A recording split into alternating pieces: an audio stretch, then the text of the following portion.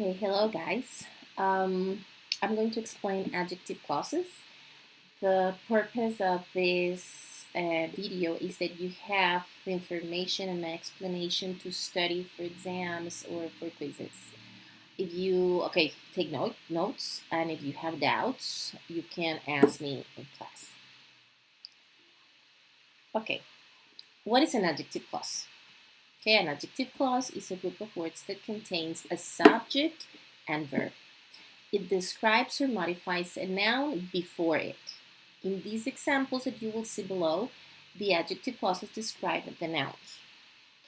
Also, something important is that the adjective clauses begin with who, whom, that, which, whose, where, and when. Those are called relative pronouns.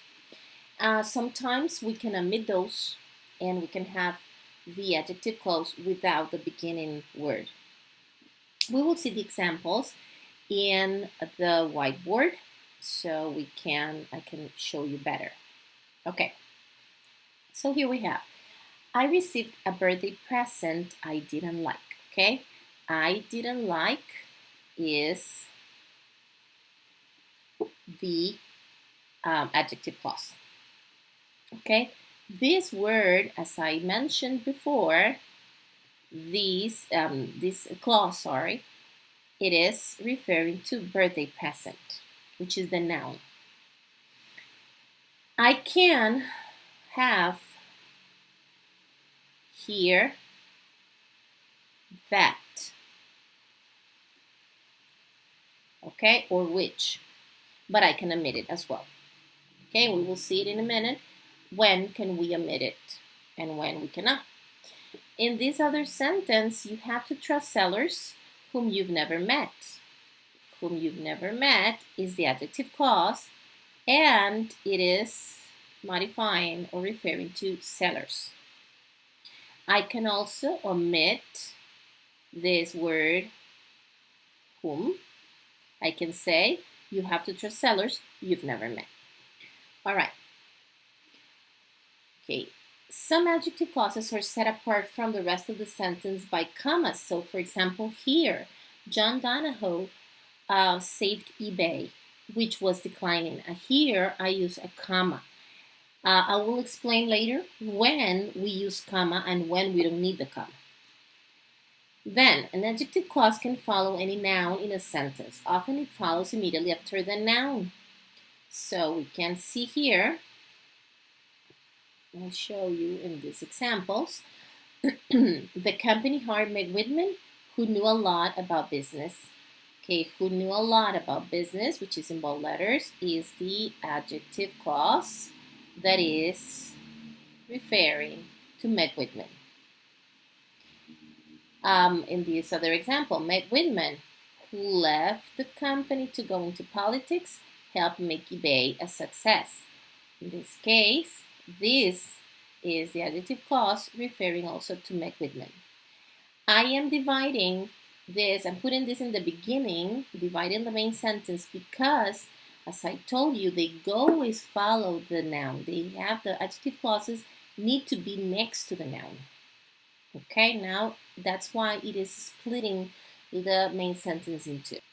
Relative pronoun who, that, and which can be the subject of the adjective clause. And this happens when we have a sentence like in these examples. Let me make it a little bit bigger. Okay, in these examples, I want to sell an old guitar. It is in my closet. Okay, here it is the subject in the second sentence. When I join them and use an adjective clause, I can say I want to sell an old guitar, that or which is in my closet. So this that and which are relative pronouns, become the subject of the adjective clause. In this other example, the woman travels with a band. She bought the guitar. She is the subject of the second sentence. If we make it an adjective clause, I can say the woman who bought the guitar or the woman that bought the guitar travels with the band. Okay, so the who and that are substituting she, so it becomes the subject in the adjective clause. Now, there are some important notes. First one, use relative pronouns that and which for things and use who and that for people. As you can see here, I can use that and which, these are things, and in this case, who and that. So that is used for both, things or people. Which for things only and who for people only. As a second note, a verb in the adjective clause must agree in number with its subject. This is very important. Okay, so look here. People is plural. People who buy things. So the verb has to be in plural. Okay, because they have to agree in number. A person who buys things online. Okay, a person is singular. So the verb buys has to have S because it has to be in singular as well. Okay, hope it's clear so far. Now, the relative pronoun who or whom, that, and which can be the object of the adjective clause. So, for example, here I have these examples. I sold a lamp. My aunt gave me the lamp. Okay, in this case, the lamp in the second sentence is the object. So when I use it as an adjective clause, I can say, I sold the lamp that my aunt gave me, or I sold the lamp which my aunt gave me. Another example, I bought a laptop from a seller. I have never met the seller. In this case, the seller is an object in the sentence. So I can say, I bought a laptop from a seller whom I have never met, or I bought a laptop from a seller that I have never met. Now, there are some important things about adjective clauses. Okay, number one, the relative pronoun is usually omitted in conversation when it is the object of the adjective clause. So we can see this in these examples. Hold on a minute. Sorry, I moved this slide here. Okay. So, the first example, I sold the lamp that my aunt gave me. Okay, or I can also say, I sold the lamp my aunt gave me, and omit the word that. I bought a laptop from a seller whom I have never met, or I can say, I bought a laptop from a seller I've never met. So in this case, I can omit the relative pronoun. Okay, point number two. Whom is considered more formal than who when used as the object of the adjective clause. However, as seen in the note above, okay, this one, the relative pronoun is usually omitted in conversation, even though when we use whom, we're doing it more formal, probably in written English. So here we have the examples. Pierre Omidyar is a man whom I greatly admire. Okay, if you see, I have here the whom, which is formal. Pierre Omidyar is a man who I greatly admire, or Pierre Omidyar is a man that I greatly admire. This is common. This is more common than whom. But when we're speaking, it's more common to listen to Pierre Omidyar is a man I greatly admire. I omit the relative pronoun. Point number three says, when there is no new subject after the relative pronoun, the relative pronoun is the subject of the adjective clause and cannot be omitted. Okay, when there is no new subject after that relative pronoun. So we're going to see the example so you can see it more clearly. My neighborhood has a bookstore that has a reading hour for children. Okay, there is a spelling mistake here. For. So that is a relative pronoun. Okay, but there is no new subject here. So I cannot omit it. I cannot say, my neighborhood has a bookstore, has a reading hour for children. I cannot do that. I need the word that. Now, Point number 4 says, when a new subject is introduced in the adjective clause, the relative pronoun is the object of the adjective clause and can be omitted. So in this case, we have a new subject. Let's see. My neighborhood has a bookstore that the children love. Here we have the children. The children is a subject. So that relative pronoun can be omitted, and I can say, my neighborhood has a bookstore the children love.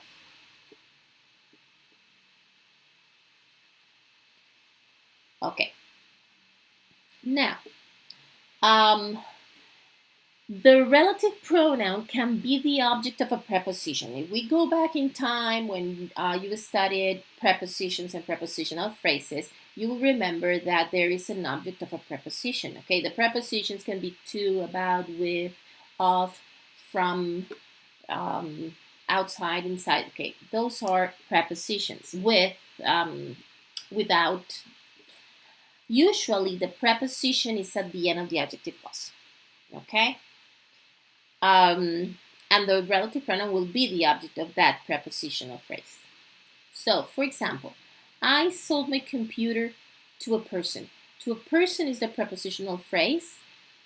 Person is the object. Now, using adjective clauses, I can say the person. Okay, I have to switch the order. The person, whom, or who, or that I sold my computer to, pay me $200. This is something informal. To make it more formal, I have to say the person to whom I sold my computer paid me $200. Now, another example. Jesus started the business with his money. With his money is the prepositional phrase.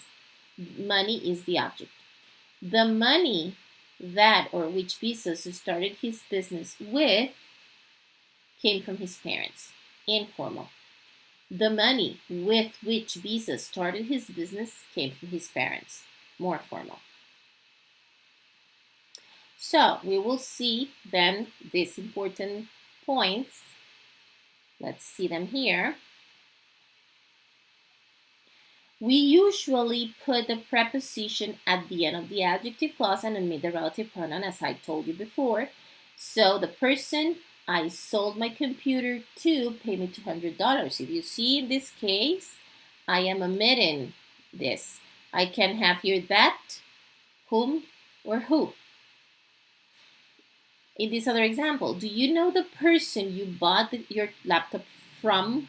Another spelling mistake. So, do you know the person that you bought your laptop from, or who you bought their laptop from? Okay, I can omit that relative pronoun. Next, in very formal English, we put the preposition before whom and which. That is not used directly after the preposition. And we saw it in the examples before. The person to whom I sold my computer paid me $200. The money with which Bezos started his business came from his parents. Okay? So if it's formal English, I use to whom or with which.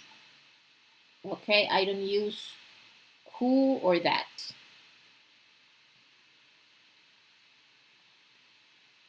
Okay, now, also we can use adjective clauses to show place or time. And in this case, we use the words where, the relative pronoun where for place, and when for time. So, for example, the city where I live has a recycling group. Okay, where I live is the adjective clause. The city in which I live is the adjective clause. Or the city that I live in, or the city I live in.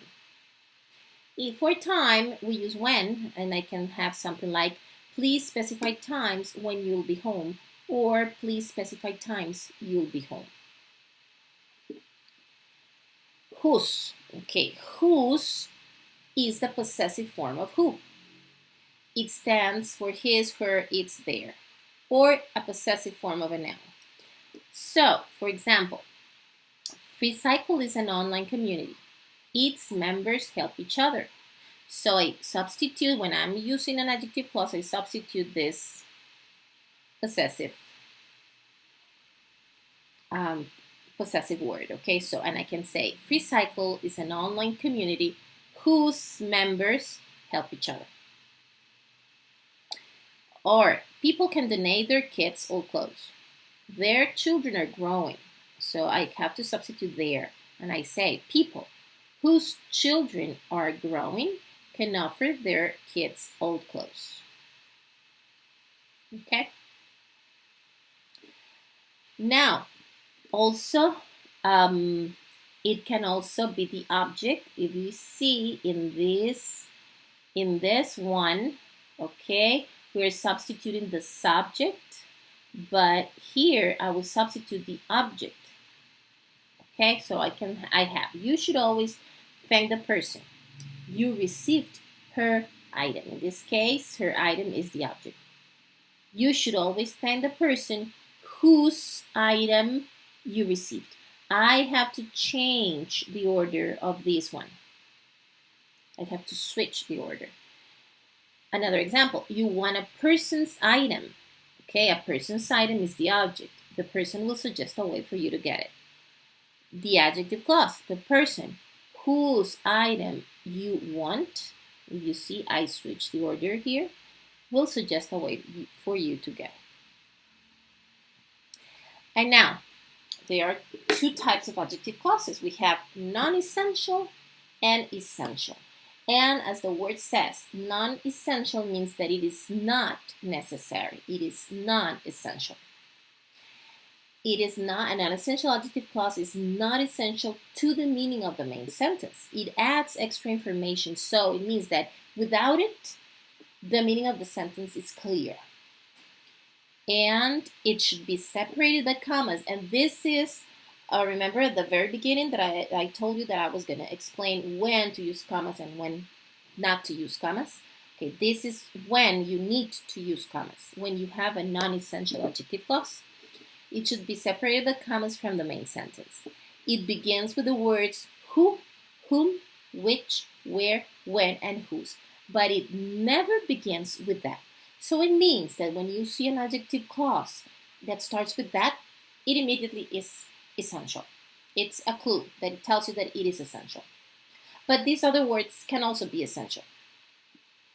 So we're going to see the examples here.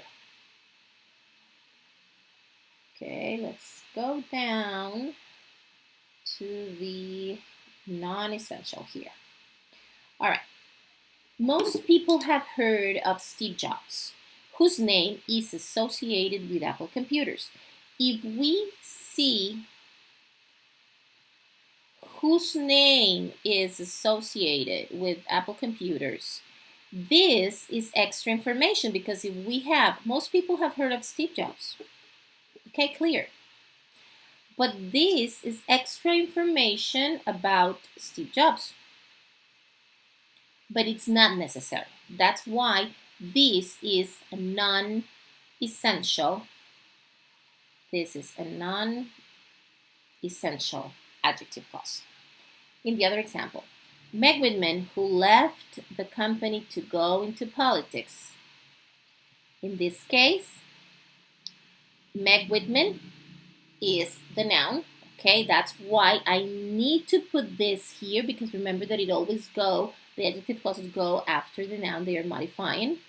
Okay, and it is modifying Meg Whitman. So it splits the sentence. Okay, but it is non-essential because I can say Meg Whitman helped make eBay a success and the information is clear enough.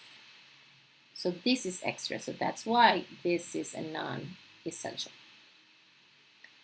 Okay, and the last one will be the essential adjective clauses. An essential adjective clause is necessary because without it, we can't identify the noun. So that noun will not be clear. We will know the information that we need to understand the sentence. If we take the adjective clause out, the noun isn't properly identified and the idea isn't complete. So let's see the examples here. Smartphones change the way that people shop, okay? Or omitting that also, smartphones change the way people shop. If this is the adjective clause, right? All this, that's the adjective clause. If we omit that, we say smartphones change the way. Which way? Because it's necessary, because we need this to tell us what way we're talking about. The other example, Jeff Bezos wanted a company name that began with A. Okay, that began with A is the adjective clause. I can say Jeff Bezos wanted a company name, but it's not any company name that I want. It's a specific name. So this information is necessary to identify which name.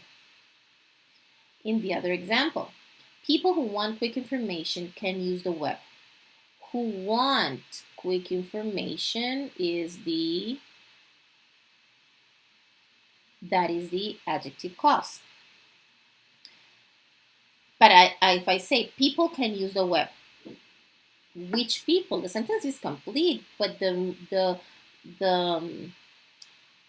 people can be any people, and it's not any people. Okay, it's a specific type of people. Which people? The people who want quick information. So here, this is referring to people. So those are essential or necessary. And if you can see, in this essential, we don't have commas.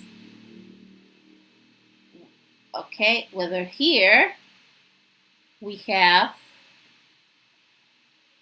here a comma, and here we need a comma here and a comma here because it's inserted in the middle of the sentence, because it's essential. So this is all about adjective clauses. I hope that the information is clear. You can watch it as many times as you need to study for exams or for quizzes or for anything, or just to know more about the topic and to do the practices. I hope that you can understand with this explanation, and if you have doubts, you can ask me in a moment.